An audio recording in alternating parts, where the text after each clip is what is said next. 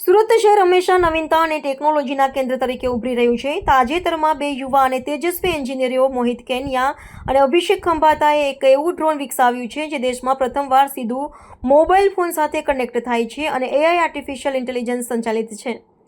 આ smart drone માત્ર surveillance અને પેટ્રોલિંગ માટે જ નહીં પરંતુ જાહેર સુરક્ષા અને સંચાલન માટે પણ ક્રાંતિકારી સાબિત થશે.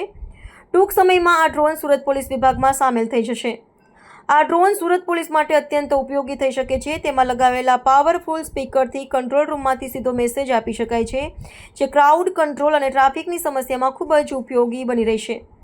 આ ડ્રોનની સૌથી અનોખી વિશેષતા એ છે કે તેને સામાન્ય રીતે ઉપયોગમાં લેવાતા રિમોટ કંટ્રોલ ઉપરાંત સીધો મોબાઈલ ફોનથી ઓપરેટ કરી શકાય છે.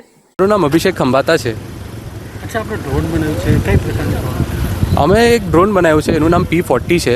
આ ડ્રોન અમે પેટ્રોલિંગ અને સર્વેલન્સના મધ્યનજર રાખતે બનાવ્યું છે. આ વસ્તુનું એક એક્ઝામ્પલ તરીકે તમને સમજાવું કે અગર એક પોલીસ ઓફિસર રાતના 2 વાગે પેટ્રોલિંગ કરે છે ડ્રોનના થ્રુ, એમને રાતના નીચે 2-3 વાગે કંઈક મિશિવિયસ એક્ટિવિટી દેખાય છે, તો as a police officer drone ત્યાં પાસે લઈ જશે.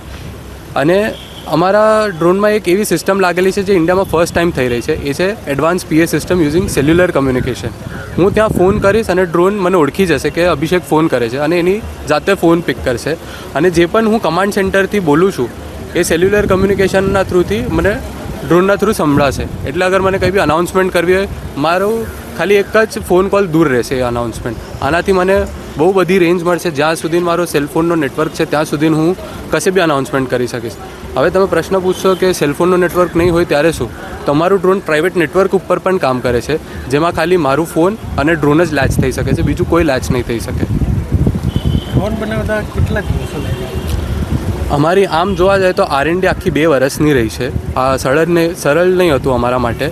અને આજે જે તમે જોઈ રહ્યા છો ડ્રોન આજે બધા જ બનાવે છે, પણ એક યુઝ કેસ, એક એપ્લિકેશન, એક સોલ્યુશન બનાવવાનું બહુ ડિફિકલ્ટ છે એના થ્રુથી.